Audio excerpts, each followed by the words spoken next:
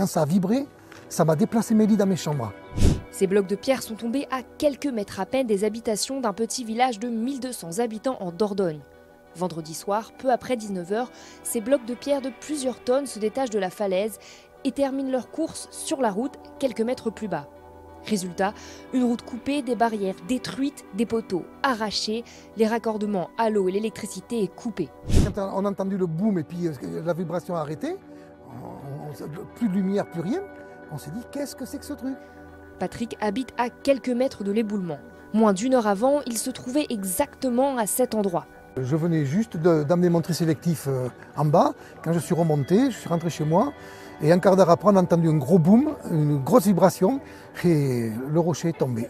Quand ça a vibré, ça m'a déplacé mes lits dans mes chambres. Mon lit, moi, il est contre le mur, ça l'a déplacé de 10 cm.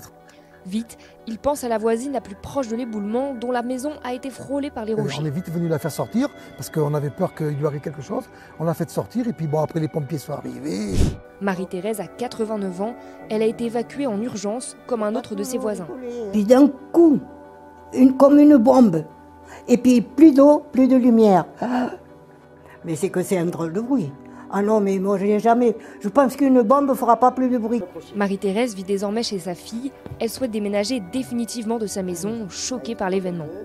Quand je rentre, que je reviens à l'évier, j'entends encore cette bombe-là.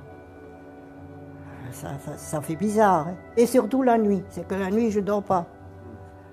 Je pense toujours et je vois ce rocher, j'entends la bombe. De nombreux habitants de la commune sont venus observer cette scène impressionnante. Parmi eux, cet habitant qui avait déjà vu des morceaux de roche tomber auparavant. Les géologues étaient venus pour faire, ils avaient prévu de faire des ancrages. Ça vient surtout des fortes pluies qu'il y a eu et après le gel.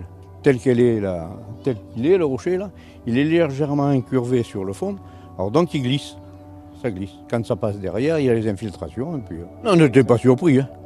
D'ailleurs, je le disais souvent à ma femme, je ne voudrais pas dormir ici, moi, à côté. Là, et pas se prendre un engin comme ça sous les peaux du ventre, normand. Hein. Patrick aussi se méfie désormais et attend une expertise pour revenir chez lui. La journée, je la passe chez moi. S'il y a un bruit, je me casse. Mais la nuit, quand tu dors, s'il y a un bruit, qu'il se passe quelque chose, t'entends rien. Alors donc, et demain, je vais être obligé d'appeler mon assurance pour leur demander qu'ils m'envoient un expert qui vienne, eux, dire si oui, je peux rentrer, sinon, si je peux habiter chez moi ou si je peux pas, quoi. Aucune victime n'a été signalée. Il y a quand même du monde qui passe sur cette route. Eh ben oui, elle est très, très, très fréquentée. Une voiture aurait pu très bien passer, le rocher tombé dessus, ça aurait pu être beaucoup plus catastrophique. Les experts du département sont attendus dans la semaine pour inspecter le reste de la falaise. Plusieurs semaines devraient être nécessaires pour évacuer l'intégralité des blocs de pierre.